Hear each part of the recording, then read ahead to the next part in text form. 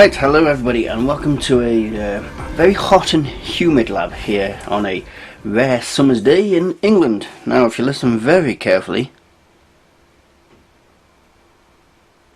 don't know, oh, excuse me, don't know if you can pick that up, but that's the noise of the IBM 9332 downstairs stretching its legs, because I like the sound. Oh yeah. Anyway, took the camera down. What do we have here? What is this monstrosity? Well, oh, excuse me. Yeah, frog in the throat. Right, this is the remains of the Toshiba 4110 CDT. Now, if you remember, wife picked this up as one of my presents for our anniversary, and it was completely dead. So what I have done, stripped it. This is put back together, sort of, but I'd stripped it, took out the motherboard, and I found corrosion on the motherboard. Some of the chips and resistors were corroded. So in an act of desperation, I thought, well, can't harm. I took a nail brush to it, scrubbed all the corrosion off, allowed it to dry, did a continuity check, and things seemed to be working again. Which is strange. Very, very strange. And then we put the system back together, sort of a minimum setup with monitor stuff plugged in, no sound card or anything, just to see if the motherboard worked, and shock, it started to fire. Now, I just need to get the power cable, so I'll be back in a second. Right, we're back, and as I say, prior preparation prevents piss poor performance, or does it? Anyway, we have it powered in, and yes. So it has no keyboard, no CD-ROM, nothing like that. And let's power it on, as it's roughly put together. I've got the multimeter holding the monitor up. So, just see that you're on the monitor. Right, here we go. No lights on there because that's not plugged in yet. But, there he is.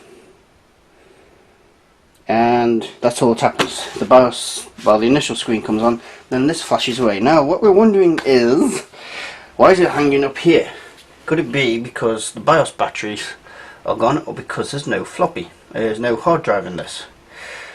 As far as I was aware, they used to complain, most systems complain that there's no disk in place. Don't just hang up like this. It may be that the Toshibas need a drive in. But what we're going to do at the same time is give the BIOS some battery power. Now, the batteries for the BIOS are what you might call buggered. They weren't actually ripped open. I've done that to inspect them, but they are not in a good state. Neither is the standby battery, but we don't need the standby battery for this experiment. Luckily, these wrapped up in this foil, so it hasn't escaped and done any damage. But what we're going to do is replace this. Now, looking on YouTube, sorry, not YouTube, eBay and places, to replace this is about £16. To replace this is £25. Now, when I'm working with a system that I don't know works completely, I am not, I repeat, not going to spend that sort of money. So we're going to cheat. It's not cheating really. What we're going to do, I'll just switch this off, and it shows you we got sound. Excellent. Right, what we're going to do, take the multimeter away here, and move over to the side. We're going to utilise the lab power supplies. We're going to set them to the voltage that required, which is 3.6 volts at something megaamps. But we don't need to get the amperage right, we need to get the voltage right. So what we're going to do is take this off here, this cable off here, and as a temporary fix to make sure we've got good contacts here.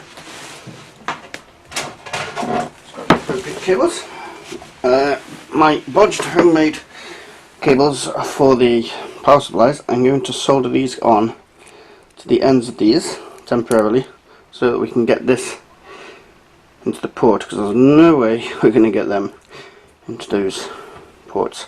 So that is what we are going to do right now. When I've done that, I shall be back. Right, okay. We've got the wires coming from the BIOS battery port, soldered to these wires running to the power supply, which is now set at 3.6 volts, which I've confirmed with my multimeter. With these analog devices, I always plug the multimeter in to get a more precise reading. And we're going to power up. I already know the outcome of this because I've already tried it, but here we go. Let's have a look. So what she does. Just push this to amps, see if it pulls much amps. There she comes. And we just get the flashing screen again. So, what we're thinking, we may have to test this with the laptop battery. Sorry, laptop battery? The hard drive from its brother. To see if it fires up with the hard drive present.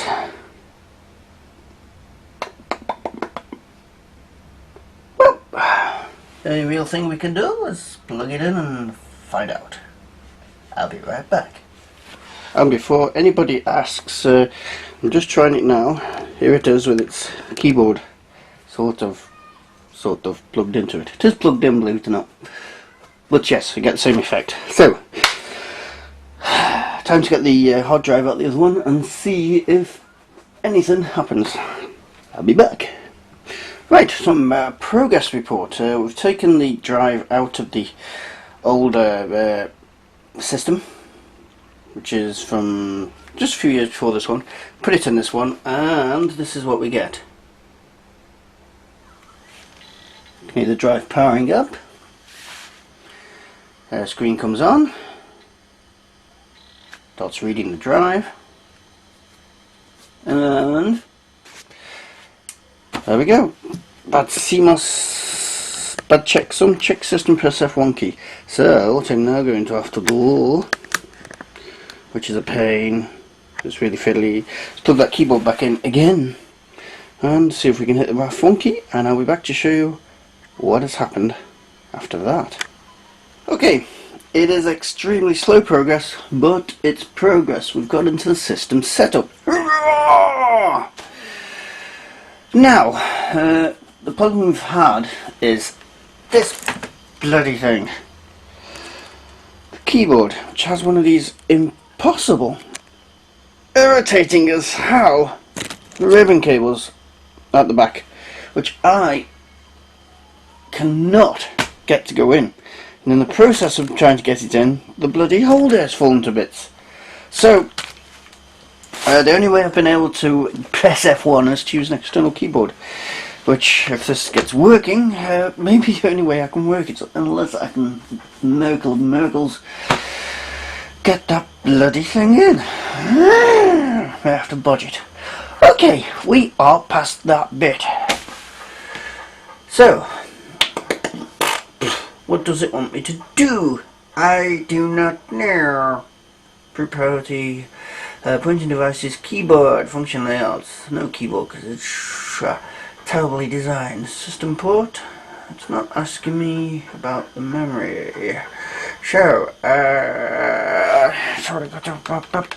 Oh, it's not even. No, it won't even let me go in there. So let's press escape, exit, saving. Yes, let's see if this will boot off the drive now.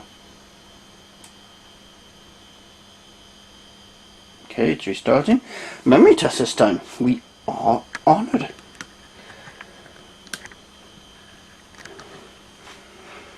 Quite a bit of it for this generation. Now this is not its own hard drive, as was said, so I have no clue what it's going to do. Starting MS-DOS, that's good. Good. Time MS-DOS in extended memory. Oh yes, we like extended memory. It works. Okay, Windows for Workgroups version 3.1. And the other good news is there was some water damage over here, which now appears to have disappeared. And with that gone, it's actually a rather good screen. It's not stretched out full, but there we go. We have life. Excrementally. Excellent. Oh yes, it's good. Yes, I approve. that means that this thing works. Now what we need to do is get it a floppy drive with Windows 3.1 on. It's not having that one because that's going back in the other machine. So it does show that it does work. Pooh. Another problem, no trackball because the keyboard isn't in. We may be able to get that working. Well, I'm not crossing my fingers, but there it is so far. So the thing is actually working. Looks a bit rough. Hey, we're not doing it well. It works, sort of. Old file. Yeah. Run. Oh, whatever. But it works. Alt F4. $4. Alt F4. So in my Windows session. Okay. Back to the. So it does work. Hurrah! So if we can get the keyboard working and we can find it a hard drive with Windows 3.1 on, it will be most happy. So, there we go. Finding that disk, well, another eBay job. So, thank you very much. Progress so far. It lives. Now, before we do go actually, I want to try and see if, with my little bodged BIOS thing, it's actually going to keep its memory. I'll unplug it. Unplugged. Replugged. Firing.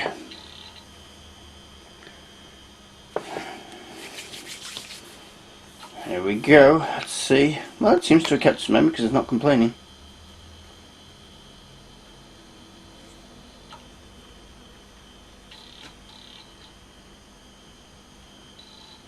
Yep.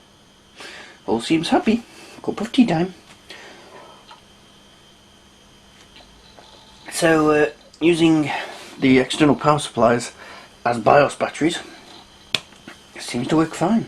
And the screen's recovered from the water. So, what we're going to have to do, now that we know it works, is over time rebuild it. It needs a hard drive and a BIOS battery. I'm not going to bother with the resume battery because they're 25 quid, and to be honest, it's a feature I am never going to use. So, there we go. It's not looking pretty, but it's working.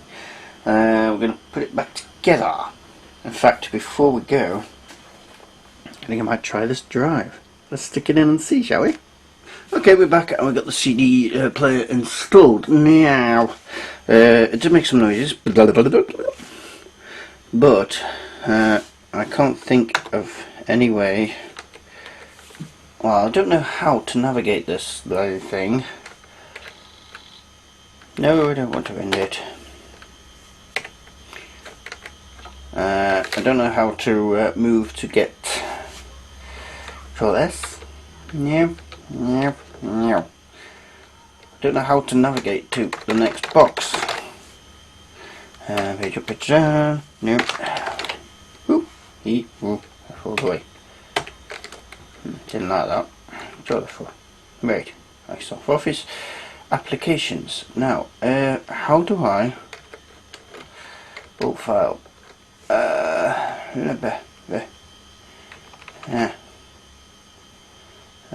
Where's it going to be? Where's it going to be? QuickTime for Windows. Accessories, applications. Let's try applications. Source editor. No. I might be able to try that. Oh, antivirus. No, thank you. Go away. You're evil. Evil. No. Oh, I'll be back in a moment. Ah, shut it. I give up for now. Okay, yeah, the drive did make noises, reading noises, so we're assuming that something is working. Tool scan, exit. Can't remember where the bloody media player is on these.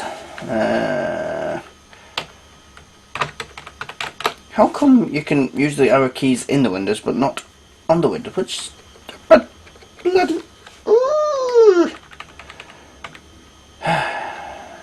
Accessories. Ah, there you are. Media player.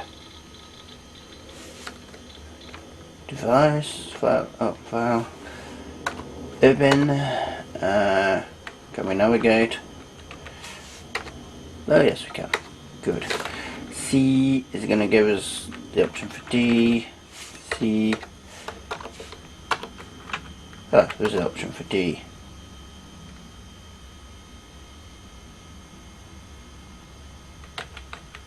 I think it's going to complain about D, but you know, it's not the end of the world yet with that. So we'll get back to you with that. But there we go. On its life support, Jesus has died, which is why it's not keeping its memory. Yes, it's booted. So we need to get it a new floppy is the priority with Windows on, or we have Windows disks actually. Thanks for the guys. We have Windows disks, so if we can just get a 500 megabyte floppy drive, that should fix this. I'm not too fussed about the BIOS battery, actually, come to think of it. It's come to a later date, but we'll go back together, get it stabilised, and yes, it's coming on nicely. There are a lot of shields and little bits that go in this, because they were paranoid about shielding back in the day. Some of it I cannot for the life of me work out how it goes back together, even though I've got photographs of some of it. So I may actually leave that out when I put it back together. I can't see that it'll cause any problems. So there we go. That was dead. It was rusty. Now it's starting to live again. Woohoo! So I'll keep you up to date with this one. Making me sweat, this one. It's quite a good challenge. So thank you very much. Okay, it's 24 hours later, and I'm going to put this thing back together. We're not going to film it because I need all the space on the floor, so I'm going to have to get rid of this tripod. So, wish me luck, and I'll see you on the other side. Okay, here we are, about an hour and a half later, and it's all put back together, and it's the little green light there. You'll also notice a mouse, because this trackball can't get that to work. Bagged for some reason, but I'm not a fan of trackballs, so that is staying broken for now. Alright, so let's power on and see what we've got. Now remember, this isn't the hard drive that belongs to this machine. This came without a hard drive, so this is from its brother, which is up there. But here we go, she's starting to boot. We get the, let's zoom in on this Oreo. There we go. Bad RTC battery, bad checksum CMOS, check system press F1. That's because there's no BIOS battery in here, and I've not got it connected up to them for power to the BIOS. Now, this is only going to be a display model, so I'm not going to see any use of having a BIOS battery in it, so I'm not going to spend the money for a BIOS battery when I have no need for this to keep the date. Okay, let's press F1 and continue. It just takes us to the standard setup. You press escape, yes, and we'll reboot, start his checks again. Now on the ribbon cable that comes from the keyboard, the connector broke, the physical connector on the board itself. So it's just hanging in there, but it seems to be alright. It's not arguing, so that's okay. Here we go, starting MS-DOS. Now there's a certain person who said they might be able to find me a drive for this, and thanks to another person I have Windows 3.1 on floppy, so we may be able to get this its own operating system and own drive. I'll just take the CD player out because it gets stuck on that else. There we go, it's booting into Windows. Now the screen does not go to the edges when I'm displaying this bit. If anybody, meet to you as well, if anybody can tell me how to fix that, I can't find it, that would be appreciated. Now, compared to its older brother, the screen on this is very good. You still got the mouse update refresh problem, but yes, it works nicely. CD player doesn't work. It tries to seek, but it's having a look, so it needs a new one of them. Apart from that, whole seems good. Let's just try. Is there any way to brighten up and dim down the screen? Oh, hang on. What's that do?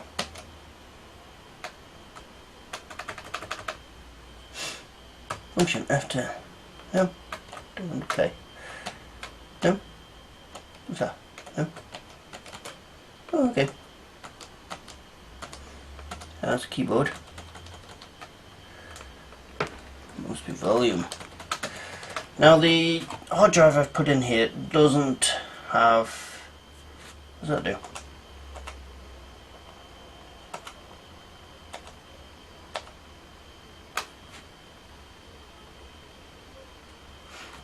Yeah, you can knock it off.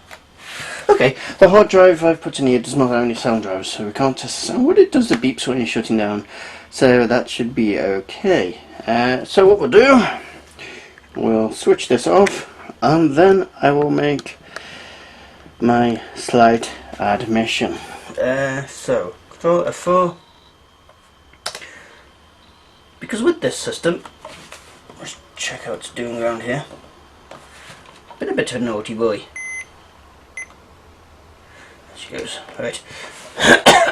Been a bit of a naughty boy because although I did take a lot of photographs when I took it apart, as you're supposed to, so I'm about to put it together, I obviously did not take enough, and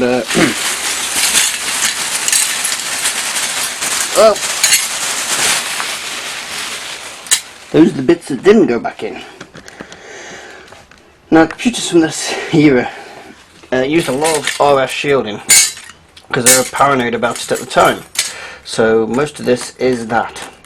Some of it's protection for it in there, but I can't for the life of me work out how often this goes in.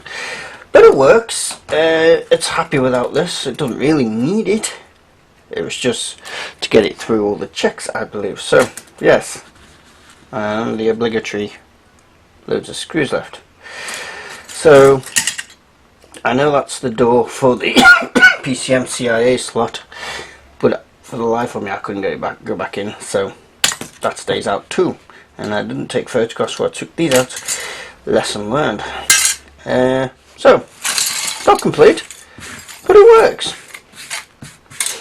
So if anybody can tell me how to get it to full screen, that would be nice. Apart from that,